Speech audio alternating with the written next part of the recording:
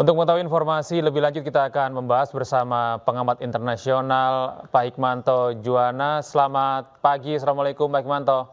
Selamat pagi, Waalaikumsalam. Ya Pak Hikmanto, rupanya serangan Iran ke Israel ini akhirnya dibalas juga oleh Israel yang menyerang beberapa lokasi di Israel. Nah ini akhirnya peperangan di Timur Tengah ini semakin memanas. Bagaimana Anda melihat serangan balik yang dilakukan Israel terhadap Iran ini, Pak Hikmanto? Ya, yang pasti pertama kita harus pahami dulu ya bahwa nanti saya yakin akan ada pernyataan resmi dari pemerintah Iran. Apakah memang ini serangan yang dilakukan oleh Israel?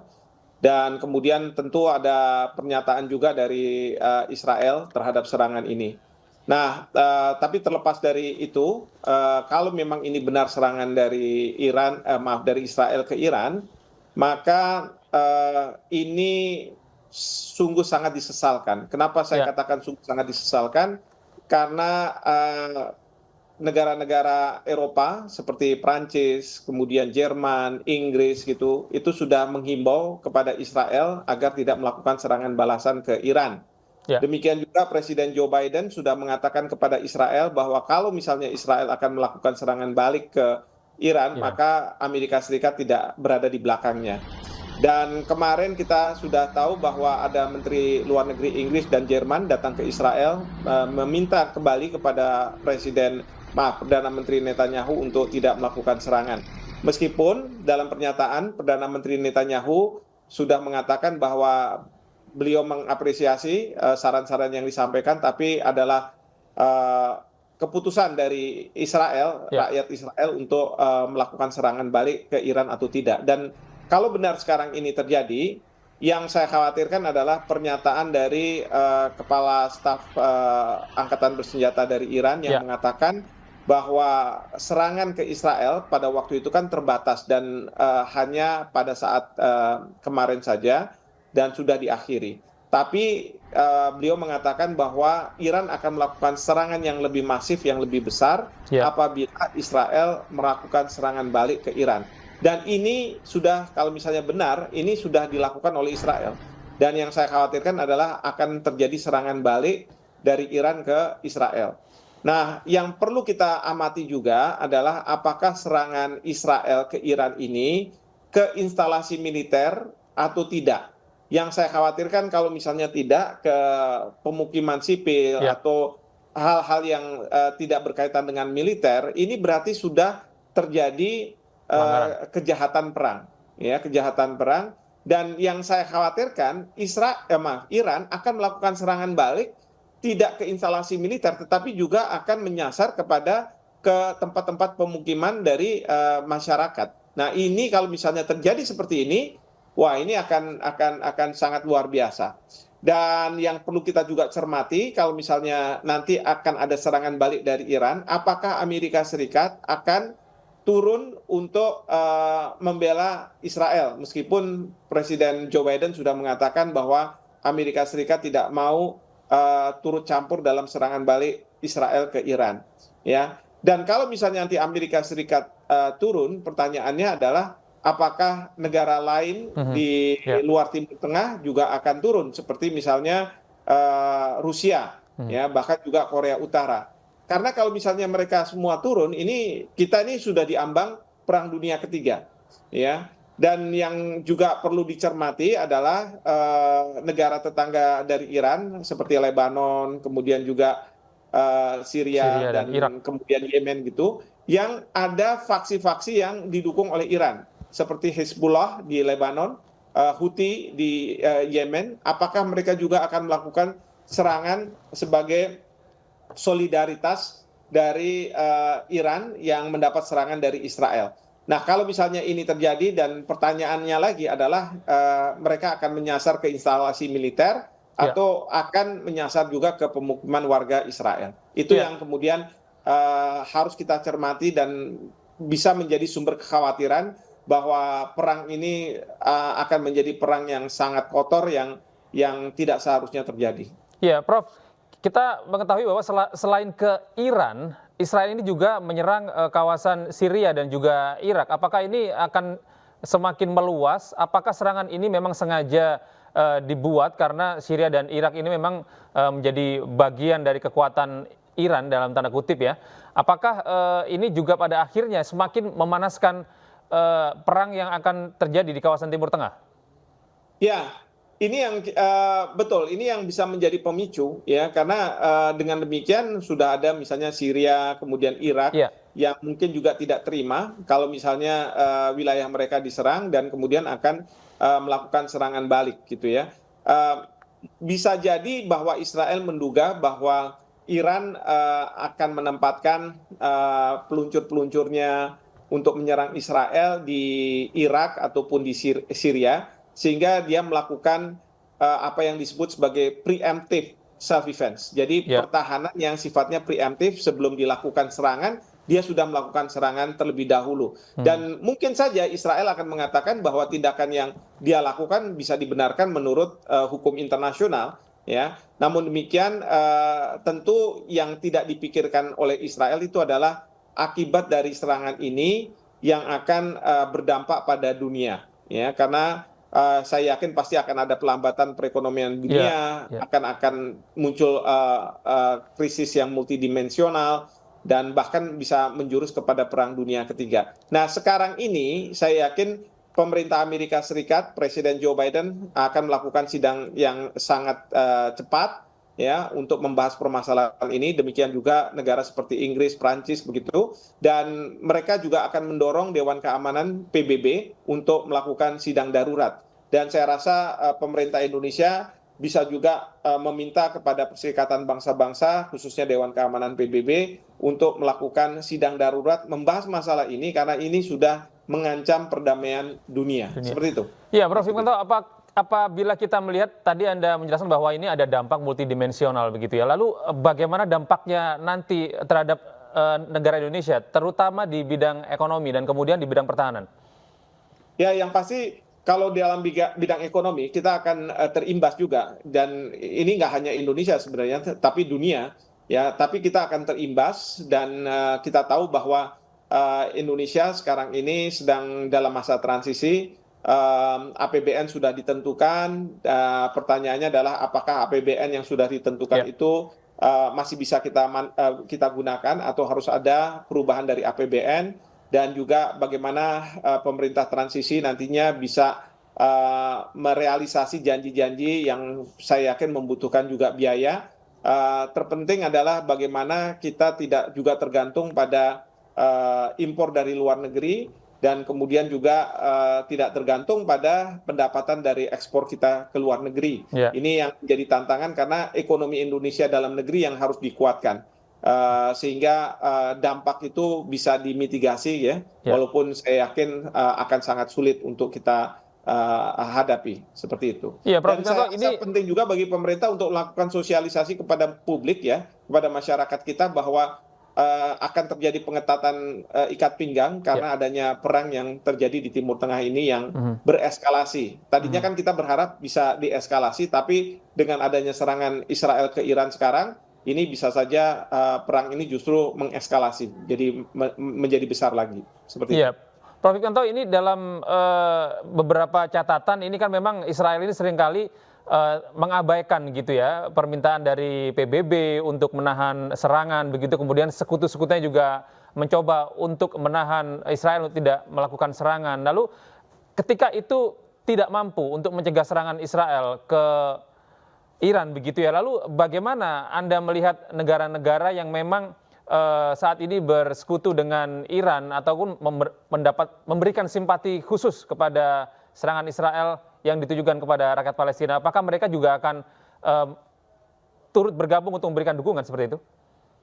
Jadi gini, pertama ya, ini semua karena Perdana Menteri Benjamin Netanyahu. Kalau Israel sendiri kan sebuah negara yang abstrak. Israel baru terasa bahwa dia melakukan suatu tindakan itu karena eh, penguasa tertingginya itu melakukan tindakan-tindakan tertentu. Dan ini sekarang ini Benjamin Netanyahu. Dan Benjamin Netanyahu selalu mengatakan bahwa tidak ada yang bisa menyetop Israel melakukan serangan ke Gaza. Iya, Ya, iya. tidak Den Haag, Mahkamah Internasional, tidak PBB, mungkin juga tidak ada negara, termasuk mungkin apa yang dilakukan oleh Iran ini dia kategorikan bahwa Iran tidak akan menyetop kami untuk melakukan serangan ke Gaza. Nah, oleh karena itu, menurut saya satu-satunya jalan adalah menurunkan Perdana Menteri Netanyahu supaya dia tidak berkuasa lagi. Dan ini mungkin akan jadi harapan dari dunia. Dan harapan ini tertumpu pada Amerika Serikat. Amerika Serikat kita berharap bahwa mereka bisa menggerakkan rakyat Israel yang anti terhadap apa yang dibuat oleh kebijakan yang dibuat oleh Perdana Menteri Netanyahu ini untuk tambah besar dan menginginkan Perdana Menteri Netanyahu diturunkan. Lalu juga oposisi. Jadi partai-partai oposisi juga kita harapkan mereka akan semakin gencar untuk meminta Perdana Menteri Netanyahu turun dari kursi Perdana Menterinya. Karena harapannya adalah ganti pemerintahan akan ganti kebijakan, dan kebijakan ini diharapkan lebih memahami situasi dunia yang tidak membutuhkan perang. Seperti itu. Prof, apakah Anda memiliki catatan bagaimana bentuk dukungan Netanyahu sendiri di internal Israel saat ini? Apakah memang upaya-upaya untuk mempertahankan Netanyahu ini ada, atau justru di internal masyarakat Israel sendiri memang tidak menginginkan perang yang terjadi? Ya, ini yang sampai dengan kemarin mungkin banyak rakyat Israel dan partai politik di Israel mendukung apa yang dilakukan oleh Netanyahu. Tetapi dengan adanya serangan dari Iran ini, terus kemudian ada kekhawatiran, ketakutan dari masyarakat Israel, ya, walaupun Iran hanya menyasar ke instalasi militer, itu bisa jadi banyak masyarakat yang bertambah untuk ingin Netanyahu turun, ingin supaya Netanyahu menghentikan apa yang dia lakukan, karena tidak membuat Israel lebih aman apa yang dilakukan oleh Netanyahu, tapi justru membuat Israel menjadi lebih terancam, dan kemudian juga dunia akan terancam dengan tindakan-tindakan yang dilakukan oleh Israel. Ini yang saya yakin harus dilakukan oleh Amerika Serikat, ya, dan kemudian ya masyarakat dunia dengan sosial media dan lain sebagainya menekan sebenarnya rakyat Israel untuk bisa menurunkan Perdana Menteri Netanyahu. Ya, Prof, kita mengetahui bahwa dalam setiap serangan itu tentu masing-masing pihak menghitung bagaimana kekuatan militer mereka untuk menghadapi berbagai situasi ke depan pasca serangan yang terjadi antara Iran ke Israel maupun sebaliknya. Nah, jika Anda mendapatkan informasi, seperti apa sebenarnya kekuatan masing-masing negara ini secara ya, kalau misalnya antara Iran dengan Israel boleh dikatakan imbang dalam konteks gini, kalau dari segi personil Israel punya 180.000, sementara Iran karena jumlah negaranya besar 500.000, jadi lebih unggul. Tetapi dari teknologi, Israel mempunyai persenjataan dengan teknologi yang canggih, bahkan dimutakhirkan, ya, lebih dicanggihkan di Israel. Dan ini kekuatan mereka. Sementara kalau Iran memang banyak juga senjata-senjata yang sudah usang, tapi mereka punya drone yang bisa digunakan untuk melakukan serangan-serangan ke Israel. Kemudian juga senjata nuklir. Mungkin dua negara ini punya senjata nuklir, tapi kan selama ini ditutup-tutupi, ya. Bahkan kalau misalnya saya yakin banyak ahli yang di Iran ataupun di Israel yang bisa sewaktu-waktu merubah senjata nuklir yang untuk tujuan damai menjadi senjata, dan ini imbang. Tapi permasalahannya adalah kalau misalnya Iran harus menghadapi Israel yang didukung oleh Amerika Serikat, itu menjadi tidak imbang. Nah, di sini kemungkinan besar Rusia akan berada di belakang Iran, karena bagi Rusia yang penting adalah jangan sampai Amerika Serikat masuk dalam peperangan ini. Nah, ini yang kita khawatirkan kalau mereka masuk terus kemudian akan bereskalasi menjadi perang dunia ketiga. Ya, Prof, jika tadi kita menghitung bagaimana kekuatan militer internal mereka, ya, lalu Anda berbicara juga bagaimana dukungan negara-negara sekutu masing-masing antara Iran maupun Israel. Jika kita mengetahui ada negara-negara Amerika Serikat, Inggris, Jerman, Prancis yang ada di belakang Israel, begitu ya. Kalau Iran seperti selain Korea Utara, Rusia, apakah ada negara-negara lain yang cukup kuat komitmennya untuk membantu Iran? Ya, kita nggak tahu Cina, ya, bagaimana Cina akan bereaksi terhadap masalah ini. Bisa saja Cina akan berada di belakang Iran, tapi tidak menggunakan kekerasan, tapi paling tidak membuat gentar Amerika Serikat. Bisa jadi seperti itu. Tetapi juga harus dipahami bahwa di Timur Tengah ada faksi-faksi di beberapa negara yang didukung oleh Iran, seperti misalnya Hezbollah di Lebanon, Houthi di Yemen gitu ya, yang atau mungkin Syria dan Irak, mungkin mereka juga bisa bersama-sama Iran melakukan serangan terhadap Israel ataupun siapapun yang berada di belakang Israel. Dan yang tentu yang kita perlu khawatirkan adalah kalau ada mereka-mereka individu-individu yang punya militansi ya lalu melakukan tindakan-tindakan teror di negara-negara tersebut. Itu yang sebenarnya yang sangat mengkhawatirkan, karena yang akan disasar nanti tidak hanya instalasi militer tetapi juga masyarakat biasa, masyarakat yang tidak berdosa. Nah, oleh karena itu harusnya ini kita bisa cegah segera. Sekali lagi saya sih berharap bahwa pemerintah Indonesia akan menghimbau supaya Dewan Keamanan PBB segera melaksanakan sidang darurat dan membuat keputusan yang efektif, bisa menghentikan berbagai serangan dan kemudian perang untuk bereskalasi seperti itu. Iya, Prof. Tentu saja kita tidak ingin perang di Israel maupun Iran ini kemudian berlarut-larut begitu ya, Prof. Tapi kita melihat sendiri beberapa waktu lalu serangan Iran ini akhirnya juga dipatahkan oleh negara-negara Arab Saudi lainnya, termasuk Arab Saudi, Uni Emirat Arab, dan juga Jordania. Kenapa hal ini bisa terjadi, Prof? Ya, kalau di Timur Tengah kita tahu bahwa memang Iran itu walaupun sama-sama Islam dengan negara-negara Arab gitu ya, namun demikian mereka punya mazhab yang berbeda.